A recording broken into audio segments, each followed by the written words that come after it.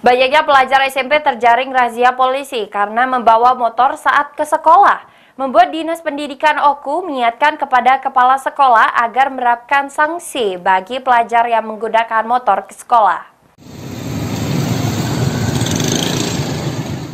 Banyaknya pelajar SMP mengendarai sepeda motor sendiri pergi ke sekolah disikapi Dinas Pendidikan Oku.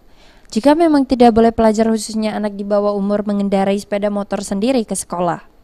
Oleh karenanya, pihaknya menekankan kepada setiap kepala sekolah, SD, SMP, dan sekabupaten Oku untuk memberikan sosialisasi dan edukasi kepada pelajar dan orang tua murid.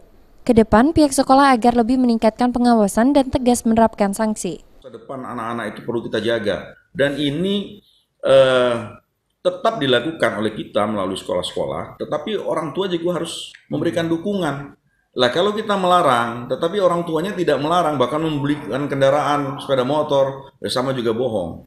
Ya, aturan pemerintah harus kita dukung, aturan pemerintah itu harus kita hormati bersama-sama.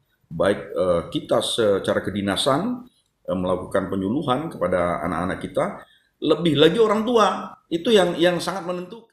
Kepada orang tua murid juga diharapkan dapat bekerja sama dan berperan aktif. Jangan sampai ada pembiaran dan mengizinkan anaknya membawa motor ke sekolah. Jika terjadi hal yang tidak diinginkan, maka yang mengalami kerugian secara langsung anak dan orang tuanya. Ari Pranika, PAL TV.